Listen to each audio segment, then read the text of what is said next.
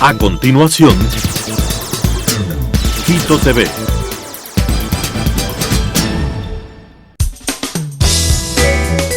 Clasificación A. Apto para todo público.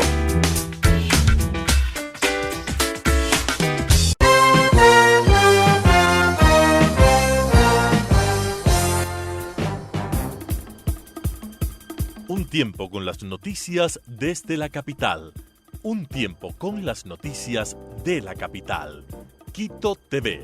Un tiempo de noticias en Telesucesos, Canal 29.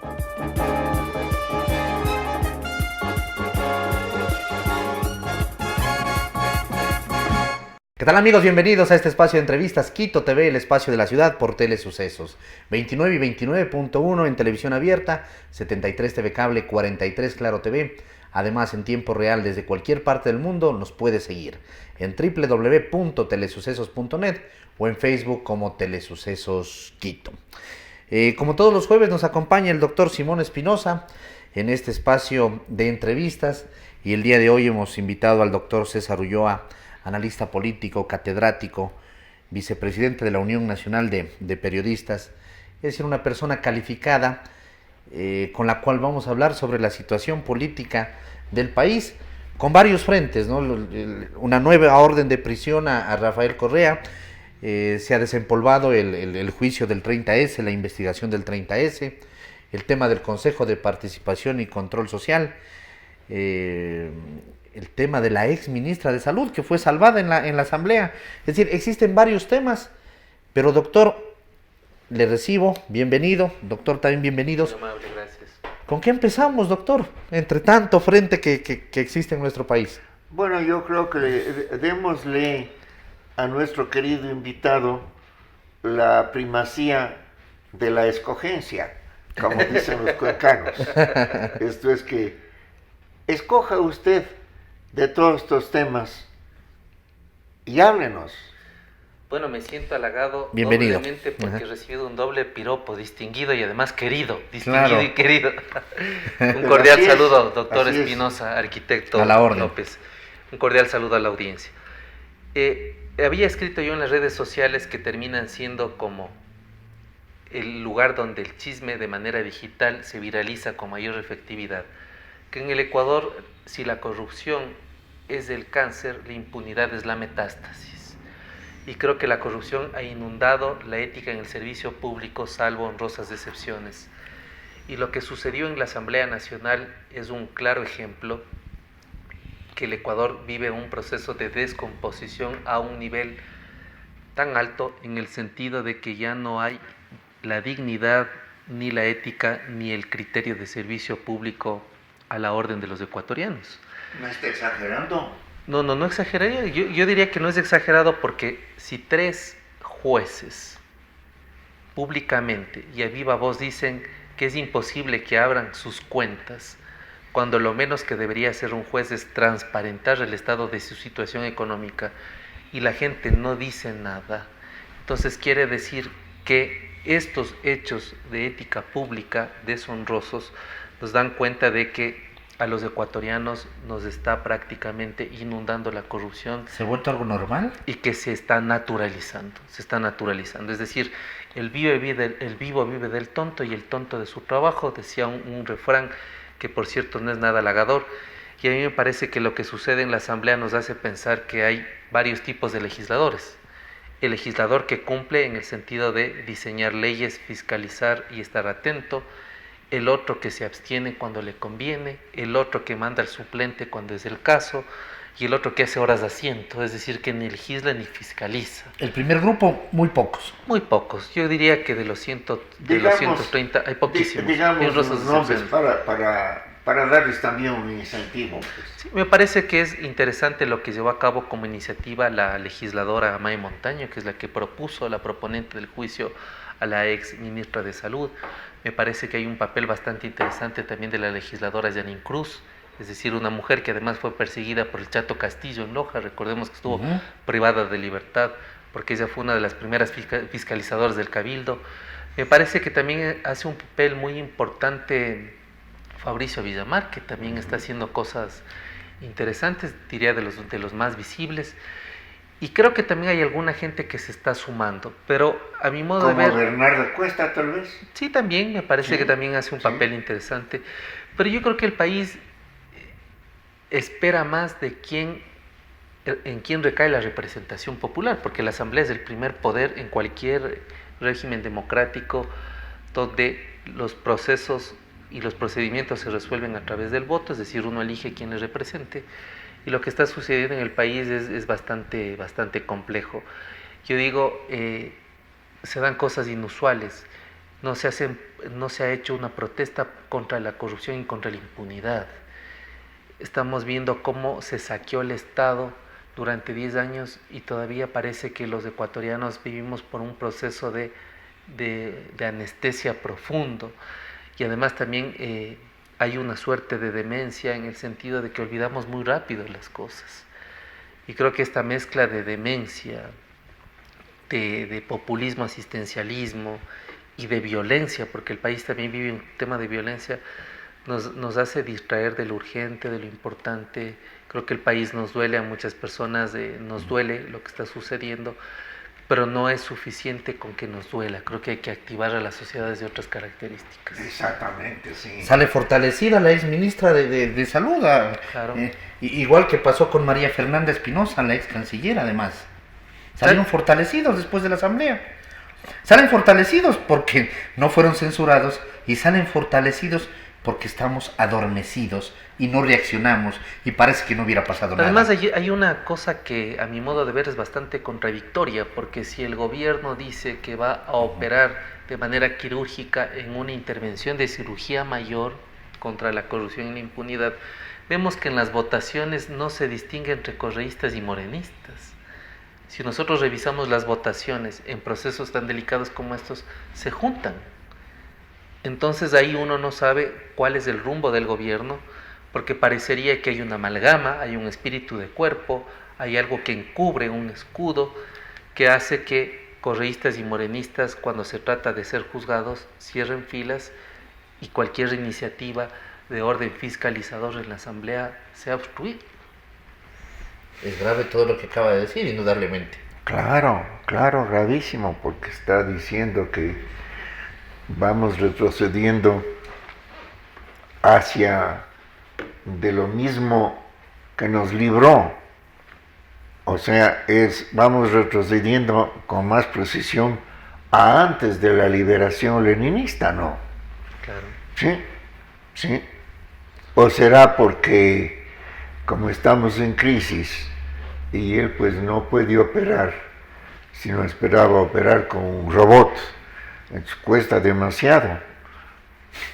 Además que siguen adentro muchas personas que pertenecieron al correísmo y usted dice son unos híbridos, no sabemos si reconocerlos como correístas, como morenistas o qué realmente son. A mí me parece que es una transición que todavía no se deja mirar con transparencia, con claridad, porque utilizando una frase de un autor italiano, que por cierto no es de mi devoción, pero que sin embargo me parece interesante cómo la define, que es Gramsci. Él decía, la transición es todo aquello que no termina de nacer, pero también es todo aquello que no termina de morir. Es decir, la transición es como que se está en la mitad del puente, pero a veces ya estando a la mitad uno sabe hacia dónde lleva el puente. No hay liderazgo. Acá no se ve liderazgo. Si uno mira las entrevistas que se ha hecho a los encuestados por algunas empresas, tenemos un gobierno con una debilidad potente, casi el 16% apenas tiene una aceptación por el presidente. No hay un peor momento comparado en otros periodos de la Asamblea, o sea, hay una crisis también de credibilidad en las funciones del Estado. No se puede tampoco desconocer indudablemente que se vive otros aires de libertad, podemos opinar, podemos expresarnos. Eso es necesario, pero no es suficiente todavía. Termina siendo más importante la figura, por ejemplo, de la ministra de Interior en este momento, más que la del presidente de la República. Bueno, pero además hay un tema que me parece inaudito, y es que todavía no hemos recuperado un solo dólar. No hemos recuperado un solo dólar. Y aquí ni las cuotitas de Telconet. No, ni las cuotas de Telconet. Además habría que Eso se enfrió ya ese tema, Dávila sí. y doctor Espinosa, hacerle acuerdo a la ciudadanía que el Ecuador durante 10 años tuvo en ingresos más de 300.000 millones de dólares, que eso es inédito para una economía como la ecuatoriana o para cualquier otra economía, y que de esos 300.000 millones de dólares de ingresos, según el cálculo que hizo la Comisión Nacional de Control Cívico, que por cierto aquí tenemos un distinguido miembro, se calculaba que más del 10% se fue en corruptela, y de eso no se ha recuperado ni un solo centavo. Entonces aquí habría que llamarle urgentemente a la Asamblea que si no está en la capacidad de censurar a los ministros o exministros, por lo menos ponga en ejecución la ley de extinción del dominio. Queremos recuperar el dinero. ¿Por qué no se aprueba una ley de extinción de dominio? ¿Por qué el servicio de rentas internas opera tan lento cuando se trata de hurgar, de escrutar, de meter las manos en las cuentas de las empresas, de los funcionarios y de la gente que no puede justificar sus ingresos? Yo digo, a ver, una persona con un sueldo de asambleísta, de ministro, ¿será que puede tener mansiones, que puede tener autos, que puede tener yates, que puede viajar a hacer compras en Miami cuando le da la gana? Yo creo que no. Entonces yo creo que ahí no se ha hecho un control adecuado. Y yo creo que también la Fiscalía pasa por un momento muy delicado, no solo por acumulación de denuncias, de procesos, sino también porque está en un tema tan delicado en el sentido de encauzar a los principales dirigentes de lo que yo en algún momento denominé un estado delincuencial, porque esto tiene sus características. Un estado es delincuencial cuando se persigue a quien denuncia y a los inocentes, y se celebra y se hace y se rinde tributos y se da cargos a los mafiosos. Un estado delincuencial es organizado, además, ¿no? Organizado, planeado. Cuando se diseña un conjunto de leyes a favor del que delinque. Un estado delincuencial es cuando se pisotea o se traspasa el honor, la dignidad de las personas que han tenido esa valentía de decir lo que sucede. Un estado delincuencial es sobredimensionar la figura de alguien, tener cápsulas de seguridad a su alrededor para que no sea tocado. Y luego se termina descubriendo que hay varios jefes y operadores de la banda. Entonces, ese es un estado en descomposición. Y poner la democracia a servicio de un estado delincuencial es gravísimo, porque además vivíamos un estado de propaganda todo el tiempo. Respirábamos al almuerzo, al desayuno, a la cena, respirábamos revolución ciudadana, sin que el ciudadano quiera eso. En una burbuja, con grandes obras que ahora nos enteramos los costos que realmente tuvieron: elefantes blancos, carreteras, superautopistas, que esa era parte de la defensa de este estado de propaganda, pero realmente a unos costos y con el lleve además, ¿no? Claro, como dicen en México, la mordida. ¿Cuál era el costo de la mordida? Porque vemos que cuando se habla de corrupción, un gran error es pensar que aquella solo proviene del Estado, de lo que significa lo público, y nosotros podemos darnos cuenta que hay un entramado de empresas privadas que estuvieron al servicio de la mordida, es decir, gano el concurso, gano la licitación, gano la obra, pero también entrego. Entonces hay toda una confabulación que contribuye para que el ambiente de corrupción e impunidad campee en el país. Claro, porque ya no es pues el Estado con su poder, sino que es la ciudadanía, ¿no? Es la ciudadanía que es la base de la democracia y la que debería salvar a la República de esto, ¿no? Entonces, como usted decía, mi inteligente doctor, si nos repite esta frase tan feliz del cáncer y la metástasis. Yo decía, si la corrupción es el cáncer, la impunidad es la metástasis, porque aquí hay expertos denunciólogos de corrupción, pero eso no sucede nada si existe impunidad. ¿De qué nos sirve denunciar todo el tiempo si no se administra la justicia de manera adecuada? Y la gente que delinque está paseándose por el mundo gastando los dineros que fue producto del usufructo de los recursos de los ecuatorianos. Y esa ruta del dinero ha sido establecida, la han denunciado investigadores ecuatorianos, periodistas, pero no se hace nada. O sea, existe la ruta del dinero a través de empresas de cruces de facturas, etcétera, etcétera, pero no se ha hecho nada. La tan denostada prensa corrupta, porque esa era la prensa corrupta con G, resulta que la prensa corrupta es la que ahora nos pone en discusión Arroz Verde, el caso Majano, todo lo que significó el tráfico de influencias, abuso de poder, asociación ilícita, cohecho, concusión, peculado. Y lo más grave es que el expresidente pudiera ser juzgado por transgresiones a los derechos humanos, que es otra cosa ya bastante compleja. Es decir, no solo es por los $6,000 de la firma SP, sino también por unos delitos que indudablemente tendrán que ser resueltos en la administración de la justicia y que nos hace dar cuenta por qué esto sucede. Pero hay una cosa que a mí me alarma, es que según el último estudio que hace la POP, el Barómetro de las Américas, nos dice en una pregunta que prácticamente el 30% de ecuatorianos y ecuatorianas son permisibles a la corrupción. Es decir, a una tercera parte de los ecuatorianos nos da igual si hay corrupción o no hay corrupción. Esto es gravísimo, porque estamos hablando de que 30%. Que hay un grupo de personas que Uno de poco o cada nada tres les personas. interesa que esto suceda en el país. Entonces la corrupción va avanzando a pasos gigantados y resulta que ganarse el sustento con esfuerzo, con dignidad, con transparencia, con afán de servicio, es mirado como una jugada de un bobo, de un tonto, de un torpe. Entonces, para ser vivo, para ser elogiado, para ser celebrado, hay que ser pillo, hay que ser corrupto, hay que ser ladrón, como dice el pueblo, hay que ser ratero. Entonces yo creo que cuando se trastocan los valores de la sociedad de estas características, estamos en un proceso de descomposición profundo, ¿no? Y eso duele. Y ojalá la juventud se despierte, arquitecto, porque los jóvenes parecería que están embobados, engullidos en el celular, pero que no salen y no miran la vida más allá del celular.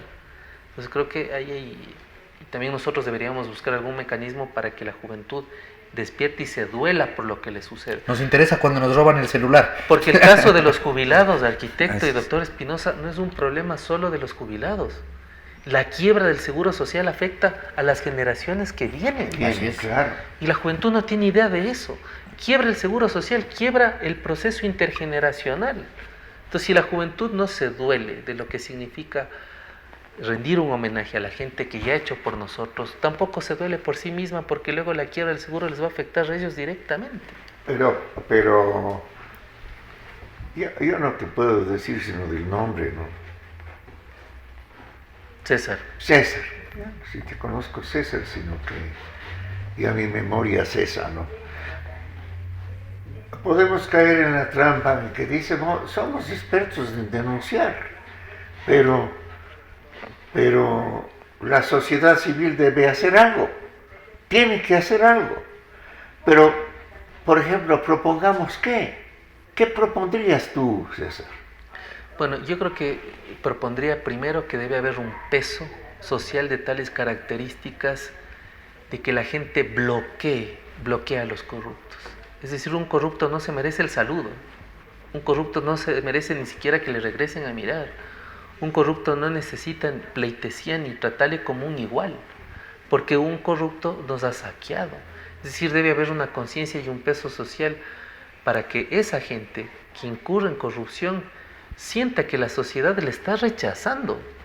Entonces, claro, cualquier corrupto entra, se pasea y no sucede nada. Y le aplaudimos. Y la gente le aplaude. Pero lógicamente eso sería una vez que la sociedad esté preparada. Correcto. ¿No es cierto? Además que existe una generación perdida, porque todos los estudiantes de escuela y de colegio en esta última década fueron adoctrinados, ¿no?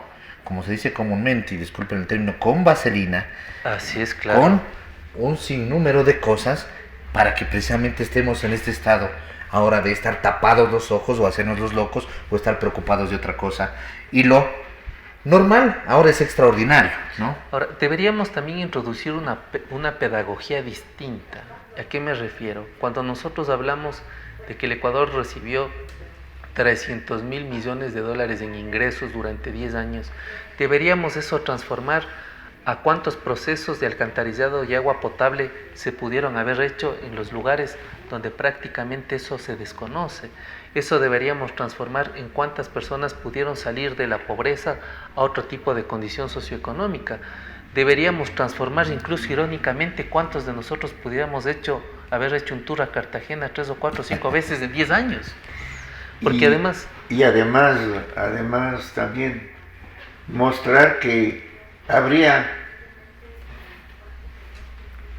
tanto por ciento de desempleados, pues, que si hubiese bajado drásticamente, tal vez eso es lo que le tocaría más al pueblo, ¿no es cierto?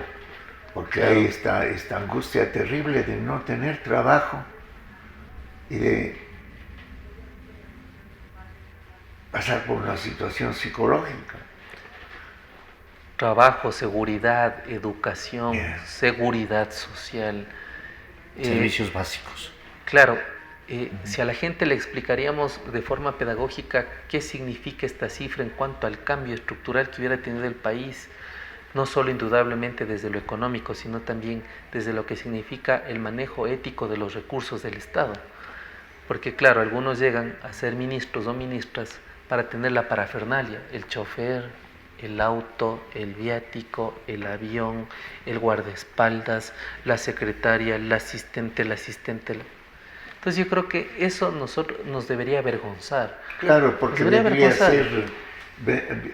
a ser la vanidad del cáncer, claro, que decías tú, el orgullo de ser canceroso, claro, el orgullo de que estoy lleno de metástasis y sin embargo pues me voy a exhibir en carros de lujo, voy a defender ese cáncer con una guardia personal, ¿no? Claro. Ahora, ¿no te parece que en primer lugar pues tenemos que felicitar extraordinariamente a la prensa? Indudablemente. A mí me parece que, pese a que yo pertenezco a la Comisión Anticorrupción, yo creo que ha llegado un momento en que la prensa ha tomado la posta. Sí. Sí. Por lo cual, pues, la Comisión Anticorrupción tiene que despertar, ¿no? Pero la prensa que ha tomado la posta en la investigación, tal vez tendría que tomar la posta en un nuevo periodismo que le explique esto al público. ¿Será posible? Yo creo que sí. ¿Será posible? Sí. Yo creo que hay todos los recursos para que la prensa ponga en sencillo, en más claro, en pedagógico, lo que significa saquear al Estado. Claro. Porque si la prensa dice, hubo un sobreprecio se me ocurre, de 2 o 3 millones de dólares en una carretera, ¿eso qué significaba para el lugar donde pasaba la carretera, por ejemplo? ¿Qué significaba eso en cuanto a que exista medicinas al día para enfermedades catastróficas en algunos hospitales del servicio público? Que se han quejado tanto de que no hay, ¿no? De que no hay, por ejemplo, de que cuesta mucho. Los enfermos renales están en una situación complicada. Claro. ¿Eso qué significa para darle mayor dignidad a alguien que pueda tener un empleo con todas las prestaciones, seguridades y garantías que el Estado establece? ¿Por qué el Ecuador no invierte? ¿Por qué no hay inversión en el Ecuador? Porque claro, ¿cómo puede un extranjero invertir en el país cuando si ni siquiera se firma el procedimiento para la inversión, ya le están cobrando?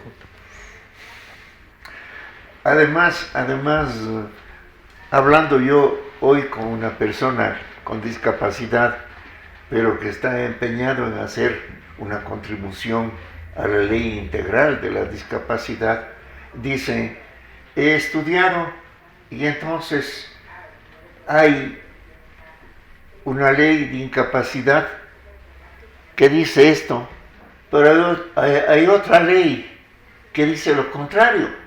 Entonces es la trampa, ¿no? Protegemos con una ley a la persona con discapacidad, pero cuando ella reclama, dice, no, es que hay esta otra ley. O sea, está tan bien hecha la trampa que pueden sacar conejos de la manga para no hacer nada, ¿no? Entonces me decía, con seis leyes contradictorias sobre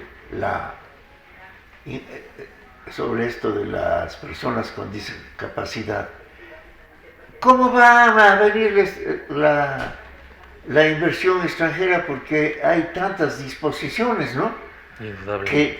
Que indudablemente, ya estamos fomentando que venga el capital.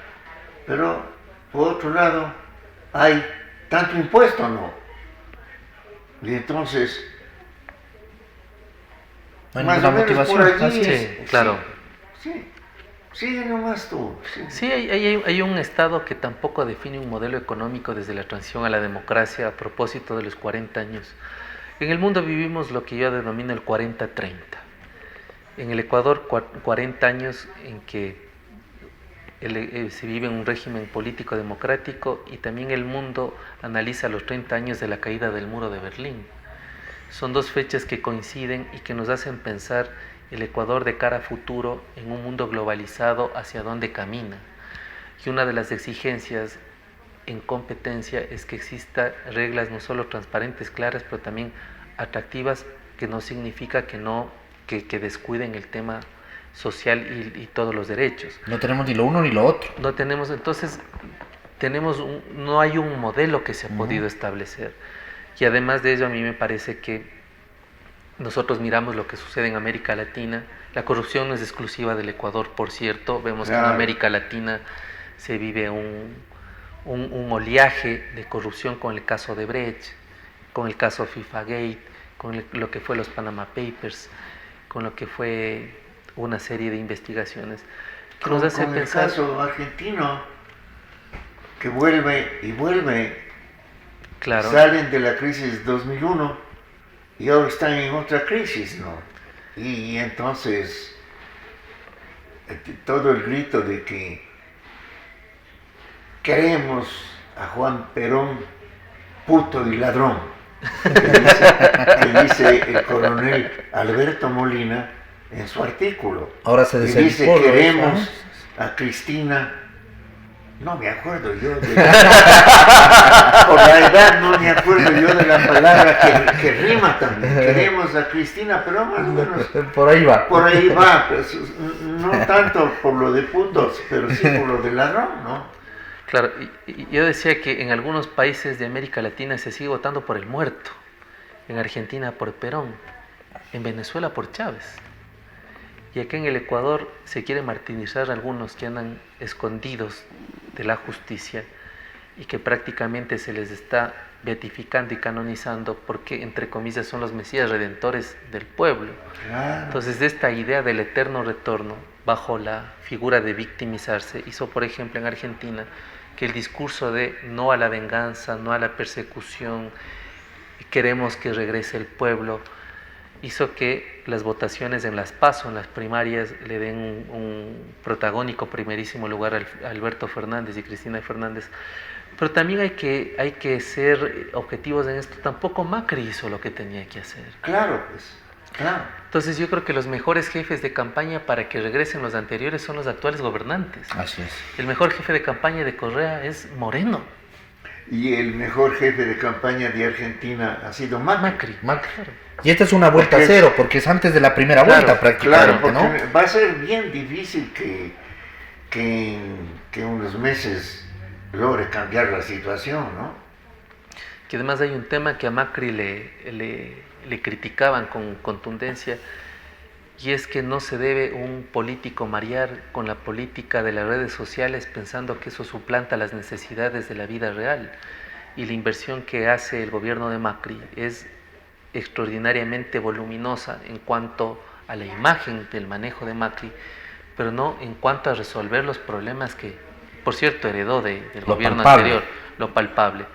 Pues claro, se le ve a un Macri de capa caída, decaído, a una Cristina Fernández que busca la inmunidad a toda costa, porque además no ha sido judicializada porque tiene inmunidad parlamentaria. Claro, hay órdenes de prisión, pero no se han ejecutado. Y que quería extender y quiere extender su margen de maniobra, que será lo mismo que pudiera suceder acá en el Ecuador, es decir, un retorno del gobierno anterior haría que se tape todas las investigaciones que ahora en corrupción se están realizando.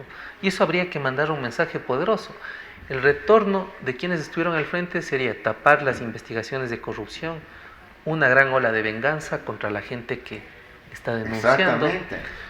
Y la tercera es establecer o radicalizar una constitución del 2008 que no solo le hace al gobierno hiperpresidencialista, sino que terminaría por refrendar un gobierno autoritario populista con unos síntomas de venganza mucho más potentes, ¿no? Se visualiza estos $6,000 y se dice, pobrecitos, solamente eran $6,000, ¿no? Dentro del caso de Ros Verde, y se victimiza, pero no se saca a la luz. Y ahí fallamos también las autoridades, empezando por las autoridades de control, y fallamos los ecuatorianos en decir, eso es una parte, esa es la punta Claro. del ovillo, porque además todos los chats que existían entre la asesora del Así presidente, es. la señora Martínez, señor o señorita Martínez, con los distintos jueces, con las distintas autoridades de control, tratándose de ñañitos y dando las disposiciones que Claro. daba el jefe, eso no lo visualizamos y nos quedamos en los $6,000. Claro, o sea, la metida de mano a la justicia fue no solo abusiva, cínica, sino que además modeló, configuró un tipo de Estado donde judicializa, persigue. Y yo recuerdo, aquí está Simón Espinosa, como el ex contralor prófugo, que dijo que tenía 100 sobre 100 antes de ser designado, tuvo la desfachatez de a un grupo de honorables ecuatorianos que se están jugando por transparentar, por darle decencia al país, les llevó a juicio. ¿Por Yo cuántos me acuerdo. millones era, doctor, el juicio? Bueno, primero era pues por unos 50 millones de cada uno. Imagínense. Después ya nos bajó. Les hicieron una rebaja. ¡Qué bueno! Claro, y entonces intervino caritativamente el presidente Lenín Moreno, que para todos nosotros esta condena de, bueno, pongamos las cosas así, nos condenaron a 1 año de prisión, ¿no? Y a un sueldo, a que cada uno de nosotros pagara un sueldo que ganaba el doctor Carlos Pollitt. Ya. Pero entonces, eso fue perdonado por Carlos Pollitt, Claro, de acuerdo con el presidente, ¿no? Que nos hizo ese favor. Yo me acuerdo qué indignación había entre nosotros ya cuando nos reunimos. El doctor Julio César Trujillo casi sufre un infarto cerebral, ¿no? Y se iba antes de lo que pudo hacer. Era el colmo de sí mismo, ¿no? Pero, volviendo a lo que nos quejábamos, ¿qué le pasa, por ejemplo, al señor canciller de la República, que no puede defender al Ecuador de las mentiras del presidente, que dice que es una persecución política urdida contra él, ¿no? ¿Qué hacen nuestros representantes diplomáticos en los diversos países, ¿no es cierto? ¿Qué hacen? sí, indudablemente. La resaca del populismo es terrible. El chuchaqui es de terapia intensiva, porque vemos que tampoco la oposición ha hecho lo que corresponde. Y aquí habría que alarle las orejas, sobre todo a los que están ya de precandidatos presidenciales, y decirles que lo que sucede también es responsabilidad de ellos. Claro. Porque la oposición no ha sido inteligente en aunar esfuerzos y ponerse 3 o 4 acuerdos para que el país salga adelante. Entonces, cuando hay un concurso de ego, en el sentido de que nadie quiere renunciar indudablemente a legítimos intereses, pero poner esos legítimos intereses detrás de los intereses del país, es decir, que lo que sucede también tiene corresponsabilidad en una oposición que ha sido bastante vaga. Claro, porque es tan importante el yo soy yo y mis circunstancias. Las circunstancias del país piden pues que haya una unidad, ¿no? Y cuando no quieren hacer unidad, automáticamente se convierten en cómplices. Y nos ganará alguien eso. con un 20% Claro, sí. de voto duro. Gutiérrez ¿No? pasó a la segunda vuelta con 18% por la fragmentación de candidatos. Y ahora pues, El correísmo tiene un 18, un 20. Te diría que tiene hasta un poco más. Yo diría un 25 a 30%. si sumamos los escondidos, ¿no? De Claro. voto duro. El resto dividido, sin un liderazgo claro, sin una oposición verdadera. Entonces yo creo que habría que jugar Caída y limpia. a país más que jugar Ujú. a personas. Creo que esa es una cosa interesante y habría que decirles a los precandidatos presidenciales que es la hora de jugarse por el Ecuador. Creo que eso les daría un sitial en la historia más digno, más honroso, de orgullo, que poner en su hoja de vida que ganaron o no cualquier tipo de elección. El Ahora país, tú por me su- das permiso, por ejemplo, para yo robarte las ideas de un editorial, por lo menos lo puedo hacer el domingo próximo. Porque me parece Encantado, muy bueno, encantado pero de la vida. Te citaré. Y yo me siento honrado de que me cite. Claro. Entonces hacemos una promesa ante el público y si no cumplimos van a decirme lo mismo que los otros. Lo cita, por favor, en su artículo. Muchísimas gracias. Y ojalá lo Muchísimas citen al expresidente que ahora no tiene ni domicilio establecido, además en Bélgica, ¿no? Indudablemente, yo creo que es un llamado de atención para todos nosotros de activarnos. Creo que la democracia tiene un mérito, que las personas pueden refrendar cuando ha habido un buen liderazgo o pueden rechazar, resistir a lo que no le corresponde. Las elecciones que vienen es un termómetro de la conciencia nacional expresada en las urnas.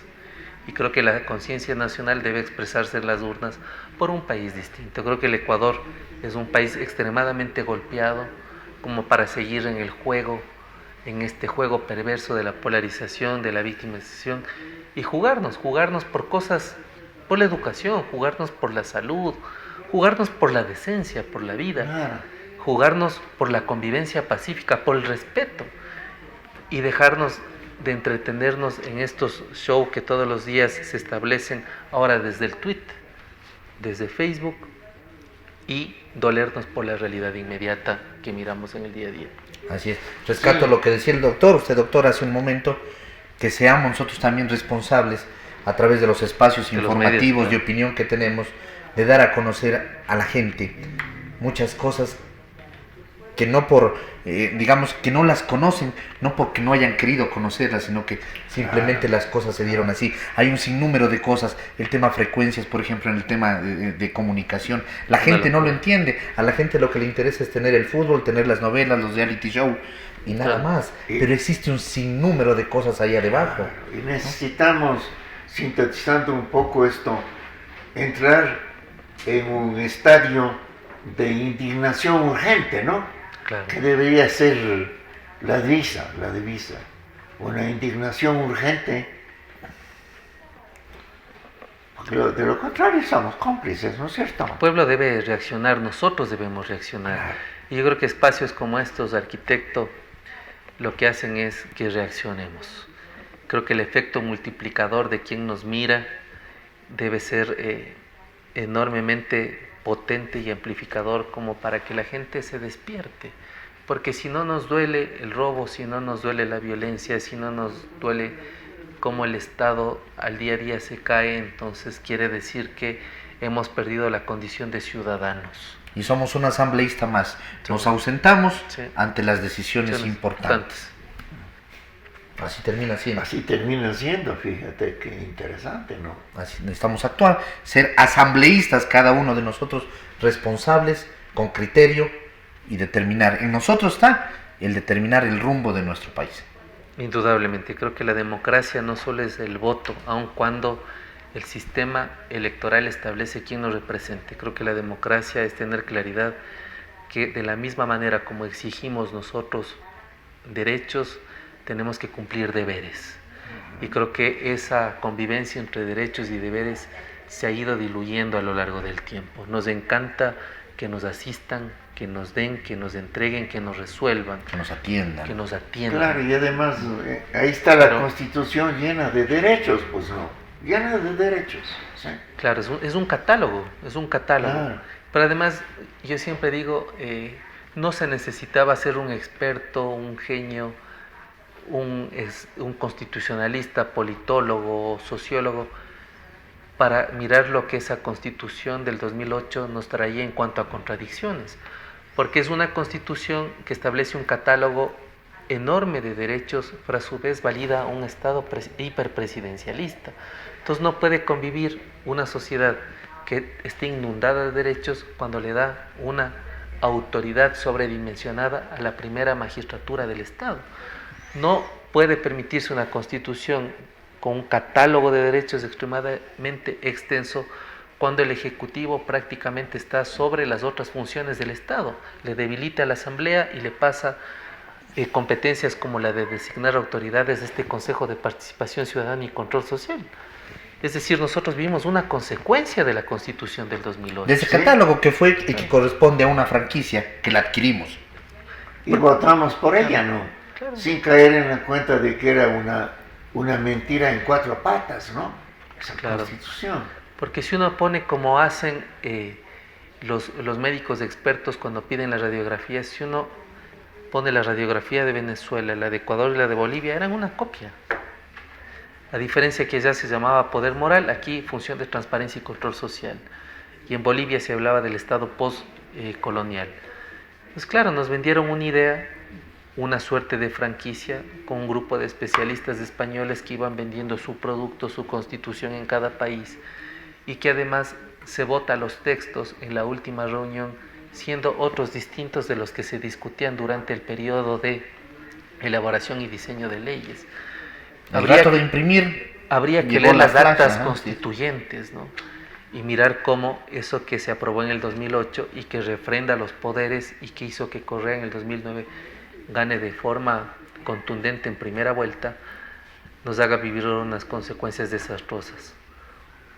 Un cura que prácticamente se desliza en una idea post-revolucionaria y que llama una asamblea constituyente que es Tuárez, que por cierto ahora miraremos cuál es el futuro político, y un consejo de participación que no es ciudadano, que no hay participación y que tampoco hizo nada en la lucha contra la corrupción.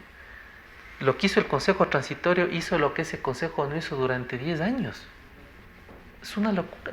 O sea, el número de denuncias que recibía diariamente Julio César Trujillo era una locura, versus a 10 años que no pasó absolutamente nada en ese consejo. Entonces, el país está de cara a una situación bastante compleja que amerita que los líderes de las organizaciones políticas por una vez o por primera vez traten de dialogar. El país necesita otro tipo de circunstancia y eso solo se resuelve con madurez y no con vanidad. Creo que la madurez debe estar sobre la vanidad. Doctor, algo que se nos quede en este espacio que está llegando ya a su parte final. No, ratificar esto pues de que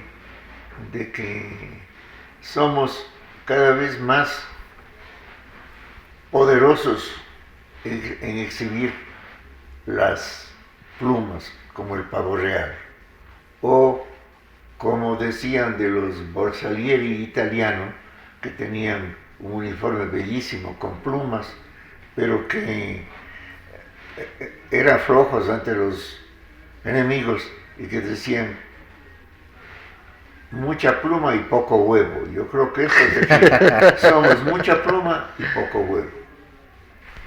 Doctor Ulloa, muy gentil por haber estado aquí. Muchísimas gracias, para mí un honor compartir con el doctor Espinosa, arquitecto, siempre dispuesto a hacer país desde la opinión. Creo que opinión es hacer país, porque uno se juega y es esclavo de lo que dice, y además con un poder de que se amplifique el mensaje a través de los medios le hace uno muy responsable de lo que está diciendo frente al público interesado en estos temas. Gracias. El gusto ha sido nuestro. Muy gentil, doctor Ulloa. Gracias, doctor. Doctor Espinosa, sí. Muy gentil. Hasta la próxima semana. Hasta la próxima Gracias. Hasta la próxima semana. Amigos, el doctor César Ulloa nos ha acompañado el día de hoy, al igual que el doctor Simón Espinosa. La corrupción es el cáncer, lo que la impunidad es la metástasis, ¿no?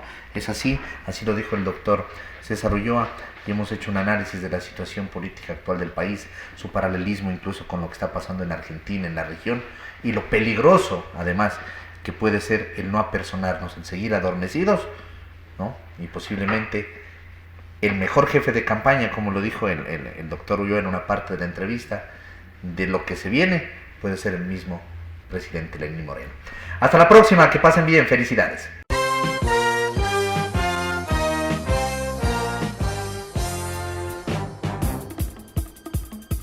Un tiempo con las noticias desde la capital. Un tiempo con las noticias de la capital. Quito TV. Un tiempo de noticias en Telesucesos, Canal 29.